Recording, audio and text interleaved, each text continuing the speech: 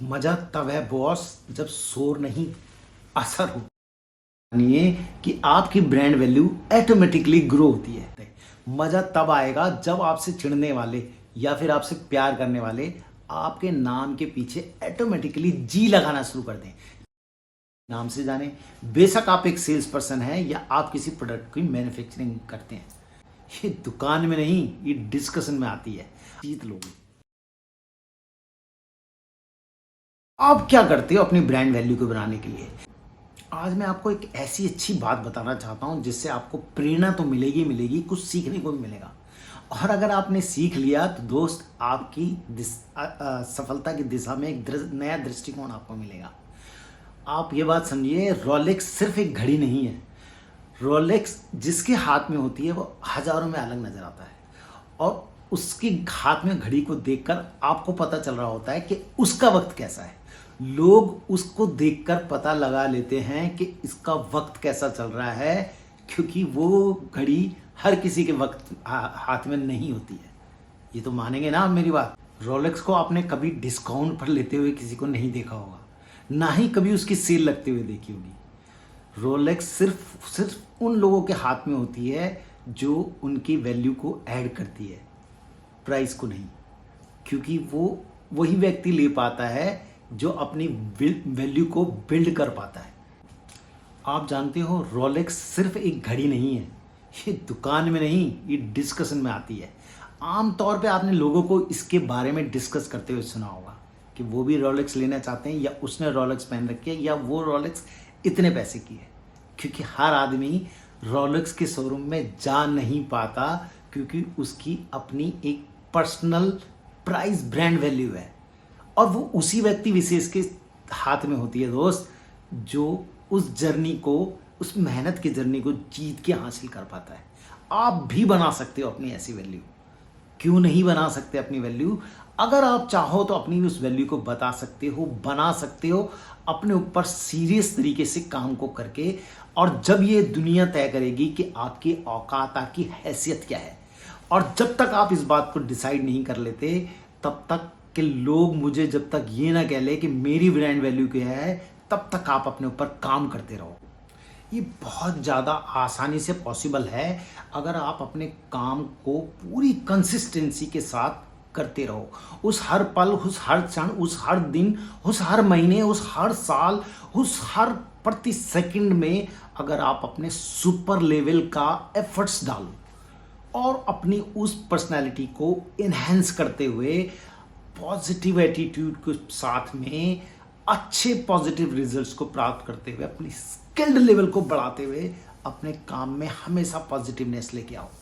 वो पॉसिबल है अगर आप इस काम को लगातार करते रहो। तो आपको अपना एटीट्यूड, आपका स्टाइल, आपका सेल्फ वर्थ, आपका एप्टीट्यूड, आपका कॉन्फिडेंस, आपका बात करने का तरीका, आपका सोचने का फ्लो, आपका कपड़े पहनने का तरीका, आपका चलने का तरीका आपको बदलना ही पड़ेगा। आपको अपने ऊपर काम करना ही पड़ेगा अगर आप वाकई में उस डेस्टिनी को प्राप्त करना चाहते हैं। लोग कहते हैं मेरी डेस्टिनी ये है, मेरी डेस्टिनी ऐसी है, मेरी डेस्टिनी वैसी है।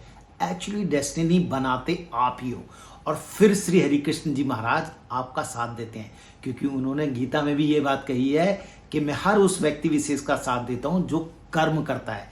कर्म करने के लिए, ये सब चीज़ों को बदलने के लिए आपको अपने ऊपर तो काम करना ही पड़ेगा ना दोस्त। ये तरीके अगर आप अपनाते हैं तो आपकी, क्योंकि दोस्त कुछ इसी तरीके से रोलेक्स की घड़ी भी जो आपके हाथ में होती है, तो वो टाइम नहीं, आपके स्टेटस को दर्शा रही होती है। और उस घड़ी को अपने स्टाइल को, अपने स्टेटस को मेंटेन करने के लिए आपको अपने आप को बदलना बहुत ज़्यादा इम्पॉर्टेंट है। अगर आप एग्री नहीं करते इस बात को तो मुझे कमेंट मत कीजिएगा, और अगर एग्री करते हैं तो कमेंट कीजिए, क्योंकि मुझे पता है कि मैं बिल्कुल आपको एक सही दिशा, सही डायरेक्शन में ले जाने का प्रयास कर रहा हूं। और अगर आपने मेरी इन सभी बातों को माना दोस्त, तो आप मेरे सब्सक्राइबर जैसे दिन प्रतिदिन बढ़ते चले जा रहे हैं। आपकी सफलता की में भी चार चांद लगते ही चले जाएंगे। आप क्या करते हो अपनी ब्रांड वैल्यू को बनाने के लिए, या अपने प्रोडक्ट की ब्रांड वैल्यू को बनाने के लिए आप क्या करते हो? क्या आप कभी सोचते हैं इस बात के लिए कि आपकी ब्रांड वैल्यू डेफिनेटली बढ़नी चाहिए, इंक्रीज होनी चाहिए, जिससे कि लोग आपको आपके नाम से जाने? बेशक आप एक सेल्स पर्सन हैं या आप किसी प्रोडक्ट की मैन्युफैक्चरिंग करते हैं, क्या आप सोचते हैं?